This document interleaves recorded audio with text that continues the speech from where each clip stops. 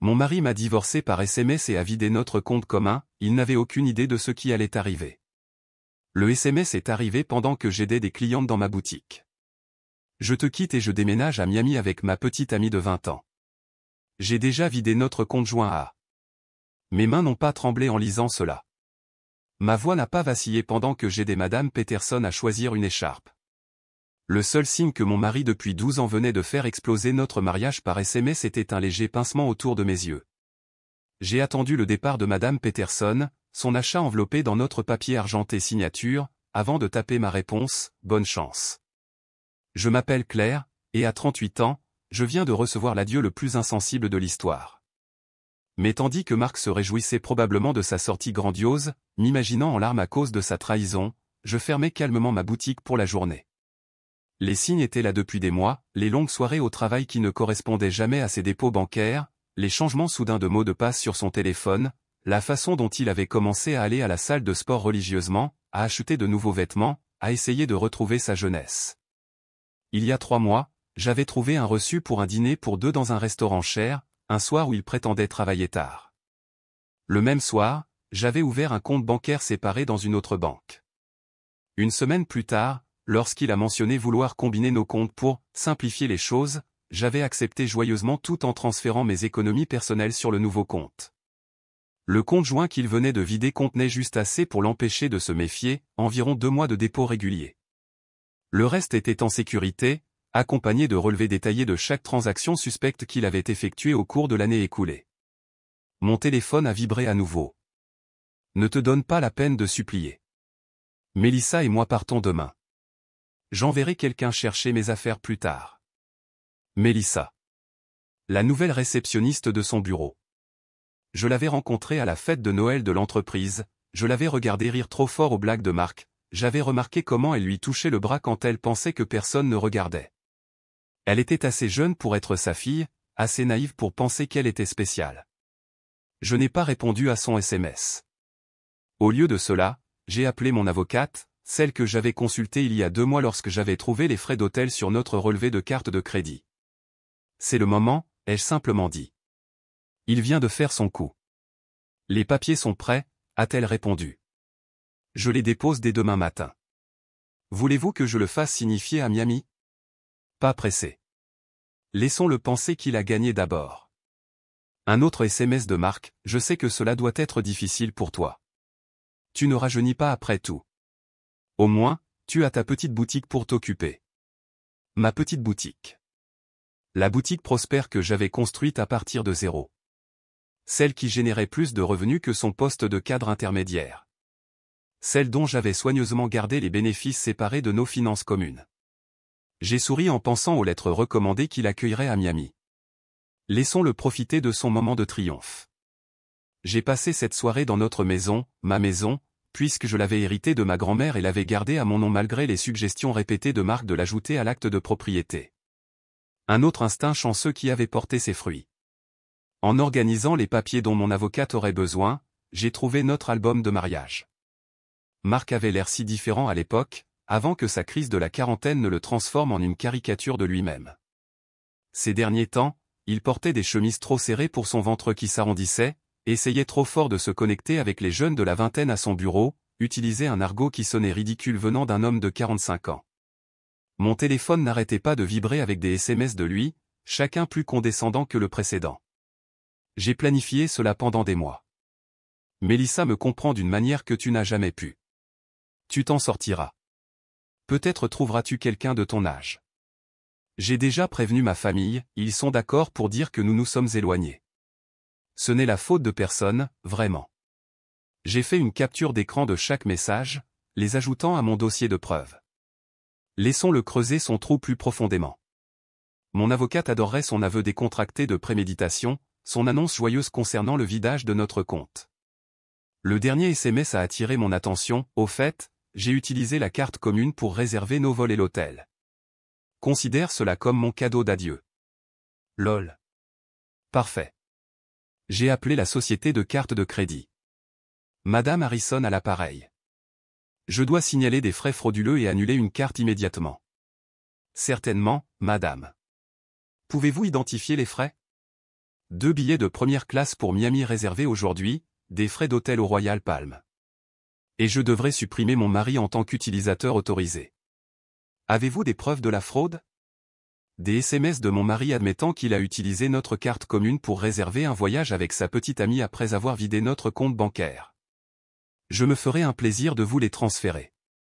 Le ton professionnel de la représentante ne pouvait pas tout à fait cacher sa satisfaction lorsqu'elle a annulé les frais. Marc et Mélissa arriveraient à l'aéroport demain pour trouver leurs billets invalidés, leur réservation d'hôtel annulée. Mon téléphone a vibré à nouveau. Ne t'inquiète pas pour la maison. Je te laisserai y rester jusqu'à ce que tu trouves quelque chose de plus petit. J'ai réellement ri à haute voix à celui-là.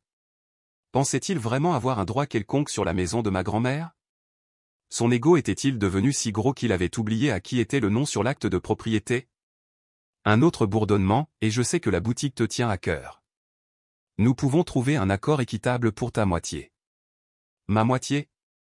De mon entreprise que j'avais construite moi-même, financée moi-même, développée moi-même, pendant qu'il se plaignait de mes longues heures et appelait cela mon passe-temps. Je me suis versé un verre de vin, le bon que je gardais pour une occasion spéciale. Ceci était qualifié. Demain, Marc apprendrait quelques dures vérités sur le droit de la propriété et les biens séparés. Mais ce soir, je profiterai du calme et planifierai mon prochain chapitre. Le matin a apporté une avalanche de SMS de plus en plus furieux de Marc. Qu'est-ce que tu as fait à notre carte de crédit? La compagnie aérienne ne veut pas honorer nos billets. L'hôtel a annulé notre réservation. Réponds-moi. J'ai mis mon téléphone en mode silencieux et je me suis dirigé vers ma boutique. Le vendredi était toujours notre journée la plus chargée, et j'avais une nouvelle livraison de sacs à main de créateurs à déballer. La vie continue, même lorsque votre mari s'enfuit avec une réceptionniste assez jeune pour être sa fille. Vers midi, sa mère a appelé. Claire, ma chère, Marc nous a tout raconté sur la façon dont tu l'as contrôlé, comment tu l'as chassé. Il dit que tu es vindicative maintenant, que tu causes des problèmes avec ses projets de voyage. Je l'ai mise sur haut-parleur pendant que j'aménageais une vitrine. A-t-il mentionné avoir vidé notre compte joint et facturé des billets pour lui et sa petite amie sur notre carte de crédit? Silence. Puis, eh bien, il a dit que tu ne lui avais laissé aucun choix, que tu avais été froide et distante. Barbara, j'ai ces SMS. Voulez-vous que je vous les lise? Celui où il se vantait d'avoir pris notre argent? Ou peut-être celui où il se moquait de mon âge? Une autre pause. Il semblait un peu cruel. Je lui ai dit que ce SMS était inapproprié. J'apprécie l'appel, Barbara. Je t'ai toujours apprécié, mais je pense qu'il est préférable que nous mettions fin à cette conversation maintenant. Mon avocate m'a conseillé un contact minimal avec la famille de Marc pendant la procédure. Procédure? Déjà? Au revoir, Barbara. En fin d'après-midi, la sœur de Marc, Amanda, répandait des ragots familiaux par l'intermédiaire d'amis communs. Apparemment, Marc et Mélissa étaient coincés dans un motel bon marché près de l'aéroport, leur rêve de Miami temporairement déraillé. Il a essayé d'utiliser ses cartes de crédit personnelles, mais celle-ci était au maximum depuis des mois, un autre signal d'alarme que j'avais remarqué. Mon avocate a appelé pour me donner des nouvelles. L'audience d'urgence est prévue pour lundi. Compte tenu de son aveu d'avoir vidé le compte joint et de la fraude à la carte de crédit documentée, nous sommes en bonne position pour geler tous les actifs restants. A-t-il été signifié? Pas encore, mais il recevra les papiers à l'adresse de son nouveau motel. En parlant de cela, les médias sociaux de sa petite amie fournissent d'excellentes preuves. Elle publie des messages sur leur aventure toute la journée, y compris des commentaires de choix sur vous. J'ai souri en pensant à ma propre documentation, une année de frais suspects, de reçus d'hôtel, de SMS qui prouvaient la préméditation. Marc était tellement concentré sur sa grande évasion qu'il n'avait jamais envisagé que je puisse observer, attendre, me préparer. Mon téléphone a vibré avec un autre SMS, tu penses être si intelligente. Mais j'ai fait des copies de tous les documents financiers de la boutique. La moitié de cette entreprise est à moi. J'ai transmis le SMS à mon avocate, l'ajoutant au dossier croissant des erreurs de Marc. Laissons-le apprendre à ses dépens les biens séparés et la propriété d'entreprise. Parfois, la meilleure revanche est simplement d'être préparé. L'audience d'urgence de lundi était tout ce que j'aurais pu espérer. Marc s'est présenté dans sa nouvelle garde-robe, jeune, un jean de créateur trop serré pour son âge, un blazer qui criait crise de la quarantaine. Mélissa attendait à l'extérieur, sa jeunesse douloureusement évidente sous l'éclairage cru du palais de justice. Mon avocate a présenté nos preuves méthodiquement, le SMS joyeux de Marc concernant le vidage de notre compte, sa fraude à la carte de crédit, son historique documenté de dépenses cachées, chaque élément soigneusement collecté au cours de mois d'observation silencieuse. Votre honneur, a tenté l'avocat de Marc, embauché à la hâte, mon client admet certaines décisions irréfléchies, mais les actions de Madame Harrison ont été vindicatives et calculées. Calculées, a rétorqué mon avocate. Vous voulez dire prudente. Ma cliente a protégé ses biens séparés et a tenu des registres détaillés du comportement suspect de son mari. Ce n'est pas vindicatif, c'est du bon sens des affaires. Le juge a examiné ma documentation, l'acte de propriété séparé de la maison, les papiers de constitution de la boutique à mon nom uniquement, la séparation soigneuse des finances professionnelles et personnelles dont Marc s'était toujours plaint. Monsieur Harrison, le juge s'est adressé directement à Marc. Vous avez admis par SMS avoir délibérément vidé un compte joint et utilisé des cartes de crédit communes pour financer un voyage avec votre petite amie. Niez-vous cela? Marc s'est déplacé mal à l'aise. J'essayais juste de faire une rupture nette. En commettant une fraude financière? Le juge a haussé un sourcil. Et maintenant, vous réclamez des droits sur des biens que la documentation montre clairement comme étant distincts des biens matrimoniaux. L'entreprise s'est développée pendant notre mariage, a de nouveau tenté l'avocat de Marc. Mon client a droit à. L'entreprise a été créée avant le mariage, a interrompu mon avocate, et Madame Harrison a maintenu une stricte séparation des finances professionnelles et personnelles tout au long. Nous avons la documentation de chaque centime investi et gagné. J'ai regardé le visage de Marc alors que la réalité commençait à s'installer. Il pensait que ce serait facile, vider nos comptes, s'enfuir avec sa petite amie, peut-être réclamer la moitié de mon entreprise lors du divorce. Il n'avait jamais pris la peine de comprendre mon insistance à garder les choses séparées, s'était moqué de ma comptabilité minutieuse comme étant obsessionnelle. Le tribunal constate suffisamment de preuves de faute financière, a annoncé le juge. Tous les actifs partagés sont gelés en attendant la dissolution définitive. Monsieur Harrison a reçu l'ordre de restituer tous les fonds retirés des comptes joints dans les 24 heures. Mais cet argent est parti, a protesté Marc. Nous l'avons dépensé pour. Alors je vous suggère de trouver un moyen de le remplacer, l'a interrompu le juge. Étage M. Harrison, le tribunal désapprouve fortement l'utilisation de cartes de crédit communes pour financer des aventures avec des maîtresses. À l'extérieur du palais de justice, j'ai entendu Mélissa interroger Marc sur leur projet à Miami. Sa réponse s'est perdue dans le bruit de mes talons cliquant avec confiance sur le sol en marbre, retournant à l'entreprise qu'il n'avait jamais comprise ni respectée. Les semaines suivantes ont apporté une série de coups de plus en plus désespérés de la part de Marc.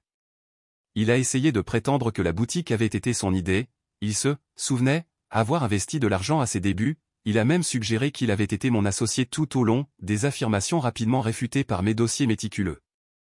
Il devient désespéré, a observé mon avocate. Les médias sociaux de sa petite amie montrent qu'il séjourne maintenant dans son studio. Apparemment, vivre du salaire d'une réceptionniste n'est pas tout à fait l'évasion glamour qu'il imaginait. La famille de Marc a commencé à me contacter, leur ton nettement différent de leurs accusations initiales. Nous n'avions aucune idée, a admis sa sœur Amanda. Il nous a dit que tu avais été froide, contrôlante, qu'il avait besoin de s'échapper. Mais ensuite, nous avons vu ses SMS, la façon dont il se vantait d'avoir pris ton argent. Ce n'est pas le frère que je pensais connaître. Sa mère a rappelé, cette fois en larmes. Les choses qu'il a dites sur ton âge, sur le fait de te remplacer par quelqu'un de plus jeune. Je l'ai mieux élevé que ça. Je le pensais, en tout cas. J'ai laissé leurs appels aller sur la messagerie vocale. Leur soutien aurait pu signifier quelque chose il y a des semaines, mais maintenant, c'était comme des rats désertant un navire qui coulait. La boutique a prospéré, ironiquement stimulée par les ragots locaux sur ma situation. Les femmes ont commencé à venir spécifiquement pour montrer leur soutien, repartant souvent avec beaucoup plus que ce qu'elles avaient prévu d'acheter. Mon ex a essayé quelque chose de similaire, m'a confié une cliente en achetant un sac à main de créateur. Il pensait tout prendre lors du divorce. Les hommes comme ça ne s'attendent jamais à ce que nous soyons plus intelligentes qu'eux. Mon téléphone vibrait encore occasionnellement avec des SMS de Marc, son ton oscillant entre la colère et la manipulation. Tu as tout gâché. Je n'ai jamais voulu te faire de mal. Tu regretteras d'être si vindicative. Ne pouvons-nous pas trouver un arrangement? Cette entreprise ne serait rien sans mon soutien. J'ai transmis chaque message à mon avocate sans répondre. Laissons-le creuser plus profondément son trou. Par le bouche à oreille, j'ai appris que Mélissa avait des doutes. Apparemment, partager son studio avec un homme d'âge moyen qui ne pouvait pas se payer son propre logement n'était pas l'aventure romantique qu'elle avait imaginée. L'écart d'âge qui semblait excitant lors des rencontres secrètes à l'hôtel était différent à la dure lumière de la réalité. Elle a publié des articles sur les relations toxiques et apprendre de ses erreurs hier, a mentionné mon avocate lors d'un appel de mise à jour, et a supprimé son statut relationnel ce matin. J'ai presque eu pitié de Marc. Presque. Mais ensuite je me suis souvenu de son « Ah », après m'avoir dit qu'il avait vidé notre compte, la cruauté désinvolte de ses commentaires sur mon âge, la façon dont il avait supposé que je serais impuissante sans lui. Au lieu de pitié, j'ai ressenti autre chose, de la fierté. Fierté de ma prévoyance, de ma force tranquille, de ma capacité à me protéger pendant qu'il me sous-estimait. L'audience de divorce finale a brossé un tableau très différent du triomphe imaginé par Marc. Son attitude arrogante avait disparu, remplacée par une panique à peine dissimulée. Mélissa était visiblement absente, elle était passée à un collègue de son âge, selon les ragots du bureau. Marc s'était présenté dans ses vieux vêtements, la garde-robe de créateur apparemment retournée pour aider à rembourser le compte joint qu'il avait vidé. Son avocat avait l'air fatigué, probablement à force d'essayer de trouver des failles dans ma séparation documentée des biens. Votre honneur, a tenté l'avocat de Marc une dernière fois, malgré la documentation des biens séparés, mon client a contribué à la croissance de l'entreprise de sa femme par le soutien moral et... Soutien moral, a interrompu mon avocate. Comme ces SMS dénigrant l'entreprise de Madame Harrison comme une petite boutique? Ou ces publications sur les médias sociaux la qualifiant de passe-temps? Le juge en avait clairement assez vu. Le règlement final reflétait ma planification minutieuse. J'ai gardé ma maison, mon entreprise et mes biens séparés. Marc a obtenu ses effets personnels et sa voiture, qui valait moins que ce qu'il devait dessus. Tu m'as détruit, a-t-il sifflé en quittant le palais de justice. Je vais devoir retourner vivre chez mes parents. Non, Marc, ai-je répondu, tu t'es détruit toi-même. Je me suis juste assuré que tu ne puisses pas me détruire aussi. Sa mère attendait dehors, prête à le conduire chez elle, son nouveau domicile à 45 ans. L'ironie de sa situation n'a échappé à personne. L'homme qui s'était moqué de mon âge vivait maintenant dans sa chambre d'enfant tandis que je continuais à diriger mon entreprise prospère. Tu avais tout prévu, m'a-t-il accusé. Tu savais que ça arriverait. Non, ai-je dit, j'ai juste fait attention. Et contrairement à toi, j'ai compris l'importance de tenir de bons registres. Sa mère s'est interposée entre nous. Ça suffit, Marc. Tu t'es assez ridiculisé comme ça. Pendant qu'il s'éloignait, je l'ai entendu commencer à le sermonner. Honnêtement, à quoi pensais-tu? Une jeune fille de 20 ans? Vider des comptes bancaires? Envoyer ces horribles SMS? Je les ai regardés disparaître dans le parking, ne ressentant rien d'autre que du soulagement. Marc avait pensé qu'il écrivait la fin de notre histoire avec ce SMS cruel. Au lieu de cela, il avait simplement mis en marche mes plans soigneusement élaborés. Mon téléphone a vibré, pas avec des SMS de Marc cette fois, mais avec des notifications de nouvelles commandes du site web de ma boutique. La vie allait de l'avant, mais pas dans la direction qu'il avait imaginée. 6 mois après la finalisation du divorce, ma boutique s'était étendue à un deuxième emplacement.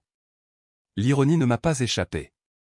Tandis que Marc luttait pour reconstruire sa vie, la petite boutique, qu'il avait rejetée prospérait. J'avais embauché 3 nouveaux employés et lancé une boutique en ligne qui gagnait du terrain à l'échelle nationale.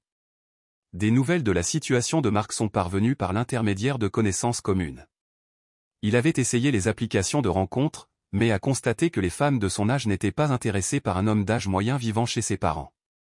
Les femmes plus jeunes, ayant entendu parler de son histoire par le bouche à oreille au bureau, se tenaient à l'écart. Mélissa avait apparemment mis ses amis en garde contre lui, partageant des captures d'écran de ses tentatives désespérées de la reconquérir après son départ. Sa carrière en a également souffert. Le service des ressources humaines de l'entreprise avait lancé une enquête sur sa relation avec une subordonnée, ce qui avait entraîné une réprimande formelle. La promotion qui l'attendait est allée à quelqu'un d'autre, quelqu'un qui n'avait pas d'antécédent de relations inappropriées avec le personnel de réception. Il a essayé de prétendre à la discrimination fondée sur l'âge, m'a dit Amanda lors d'une visite inattendue à la boutique. Il a dit qu'il le punissait pour avoir fréquenté quelqu'un de plus jeune.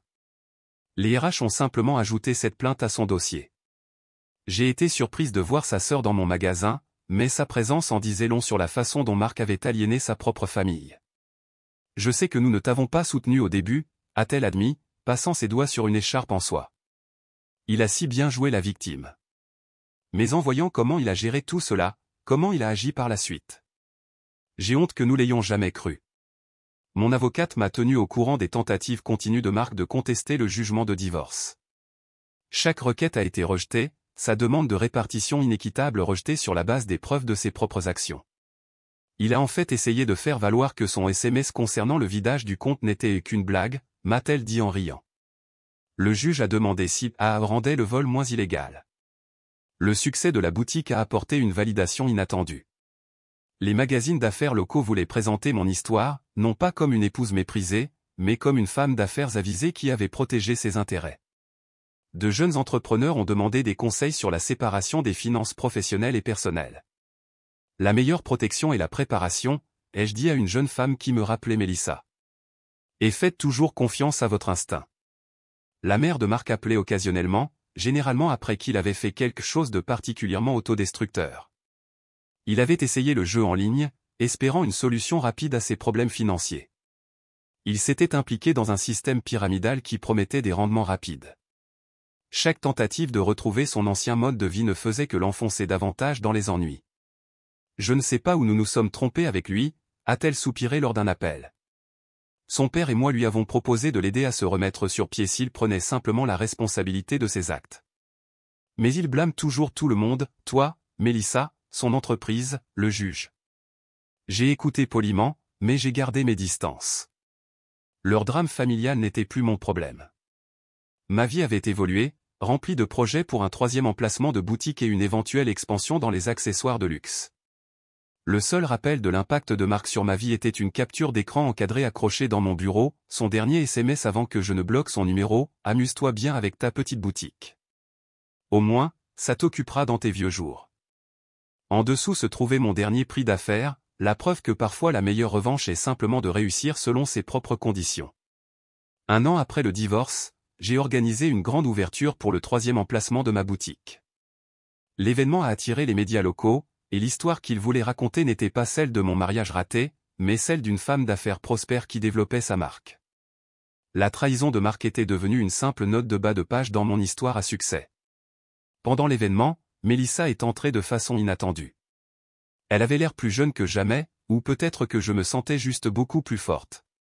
Elle s'est déplacée mal à l'aise, serrant son sac à main comme un bouclier. « Je te dois des excuses », a-t-elle dit doucement. J'ai cru tout ce qu'il m'a dit sur la façon dont tu étais froide, contrôlante, comment tu ne soutenais pas ses rêves. Puis je l'ai regardé essayer les mêmes tactiques de manipulation sur moi quand les choses sont devenues difficiles. J'ai continué à aménager un présentoir de lunettes de soleil de créateur. Ce n'étaient pas ses rêves, Mélissa. C'étaient des échappatoires. Il y a une différence. Je le sais maintenant. Elle a fait une pause, puis a ajouté, il a essayé d'emménager lorsque tu as gelé les comptes. Il pensait que mon studio serait temporaire. Après 2 semaines passées à se plaindre de la taille de mon placard et à me suggérer de contracter un prêt pour un logement plus grand, j'ai compris ce que tu voulais dire sur la différence entre les rêves et les échappatoires. J'ai réellement ri à cela. Laisse-moi deviner, il avait de grands projets, mais aucun moyen de les financer? Exactement. Tout allait s'arranger une fois que ses investissements auraient porté leurs fruits, une fois qu'il aurait obtenu cette promotion, une fois que sa crypto-monnaie aurait définitivement pris de la valeur. Elle a secoué la tête. Je fréquente quelqu'un de mon âge maintenant. Nous avons des prêts étudiants et un petit appartement, mais au moins nous construisons quelque chose de réel. Après son départ, mon assistante gérante a murmuré, était-ce la petite amie? Non, ai-je répondu, c'était juste une autre femme qui a appris la même leçon que moi. En parlant de leçon, j'ai fait un geste vers un jeune couple examinant nos sacs à main de créateurs. Parlons de votre idée d'élargir notre gamme d'accessoires. La boutique était devenue plus qu'une simple entreprise. C'était un symbole d'indépendance, de résilience, du pouvoir de la préparation. De jeunes entrepreneurs me demandaient souvent conseil, et je soulignais toujours l'importance de protéger leurs biens. La mère de Marc a appelé une dernière fois, non pas pour parler de Marc, mais pour me remercier. Tu as appris à notre famille une leçon importante, a-t-elle dit, sur le fait de permettre un mauvais comportement, de trouver des excuses à la cruauté. Marc vit toujours à la maison, blâmant toujours tout le monde pour ses problèmes. Mais nous ne le défendons plus. C'est ton héritage pour notre famille, nous montrer la différence entre soutenir quelqu'un et le rendre dépendant. J'ai pensé à cet héritage en examinant les plans d'un 4e emplacement. Marc avait l'intention de me rabaisser, de m'échanger contre un modèle plus jeune et de prendre la moitié de tout ce que j'avais construit. Au lieu de cela, il m'avait involontairement poussé à devenir encore plus forte, plus performante. Mon téléphone a vibré avec un SMS de mon avocate. Marc a déposé une autre requête pour réviser le règlement. Le juge l'a immédiatement rejeté et lui a ordonné de payer les frais de justice. J'ai pensé que cela te ferait plaisir. J'ai souri en pensant à lui dans sa chambre d'enfant, essayant toujours de réécrire une fin qui avait été déterminée au moment où il m'avait sous-estimé. Parfois, la meilleure revanche n'est pas de se venger, c'est de s'améliorer. 2 ans après le SMS cruel de Marc, j'ai reçu une invitation à prendre la parole lors d'une conférence d'affaires pour femmes. Le sujet n'était pas le divorce ou la trahison, il s'agissait de créer et de protéger une entreprise prospère. Mon histoire était passée de conte moral à source d'inspiration. Pendant la séance de questions-réponses, une femme a posé des questions sur la séparation des finances professionnelles et personnelles. Mon mari dit que je suis paranoïaque, que le mariage signifie tout partager. Mon ex-mari a dit la même chose, ai-je répondu, jusqu'à ce qu'il essaie de réclamer la moitié de mon entreprise lors de notre divorce. Faites confiance à votre instinct. La protection n'est pas de la paranoïa. La chaîne de boutiques était passée à 5 emplacements, chacun ayant plus de succès que le précédent. La petite boutique, dont Marc s'était moqué, employait désormais 30 personnes et avait été présentée dans plusieurs magazines nationaux. Par des amis communs, j'ai appris que Marc avait finalement déménagé de la maison de ses parents dans un petit appartement au-dessus d'un garage. Il avait dû accepter un emploi moins bien rémunéré après que son ancienne entreprise ait réduit ses effectifs, éliminant son poste lors de la restructuration. Son profil de rencontre le présentait toujours comme « jeune d'esprit », bien que sa photo de profil soit clairement obsolète. Mélissa, ironiquement, était devenue une cliente régulière de mon emplacement d'origine de la boutique. Elle avait obtenu son diplôme en commerce et créé sa propre société de conseil en médias sociaux. « Tu m'as inspiré », m'a-t-elle dit un jour, en montrant comment une femme peut construire quelque chose de durable au lieu de tomber dans des promesses vides. J'ai gardé le SMS cruel de Marc encadré dans mon bureau, non pas comme un rappel de la douleur, mais comme la preuve du chemin parcouru. En dessous était accrochée une pancarte qui disait « Le succès est la meilleure revanche ». Lors de la célébration du 5e anniversaire de ma boutique d'origine, je me suis tenu devant mes employés et mes fidèles clients. L'espace avait été transformé d'une seule, petite boutique en magasin phare d'un empire commercial florissant. La mère de Marc était présente, même si je ne lui avais pas envoyé d'invitation. Elle a attendu que la foule se disperse pour s'approcher de moi. « J'ai vu Marc hier », a-t-elle dit, lissant sa robe de créatrice, une robe qu'elle avait achetée dans mon magasin. Il parlait de ses jours de gloire, de la vie qu'il aurait pu avoir. Il ne comprend toujours pas qu'il n'a pas tout perdu lors du divorce, il l'a jeté. J'ai repensé à ce SMS, à sa cruauté désinvolte, à sa supposition que je m'effondrerais sans lui, à la façon dont il s'attendait à ce que je supplie, que je craque, que je lui prouve qu'il avait raison sur mon désespoir. Au lieu de cela, j'avais construit quelque chose de plus fort qu'avant. Chaque nouvel emplacement de boutique était un témoignage de ce que les femmes pouvaient accomplir lorsqu'elles cessaient d'atténuer leur lumière pour des hommes peu sur d'eux. La jeune vendeuse que j'avais embauchée le mois dernier, par coïncidence, également nommée Mélissa, est venue me poser une question sur le nouveau système d'inventaire que j'avais mis en place. En expliquant le processus, j'ai aperçu mon reflet dans la vitrine du magasin. J'ai vu ce que Marc n'avait pas réussi à voir il y a 5 ans, non pas une femme qui vieillissait, mais une femme qui devenait plus sage, plus forte, plus performante. Son SMS cruel était censé être une fin. Au lieu de cela, ce fut un commencement, non seulement pour moi, mais pour chaque femme qui a entendu mon histoire et a réalisé qu'elle méritait mieux que la crise de la quarantaine de quelqu'un d'autre.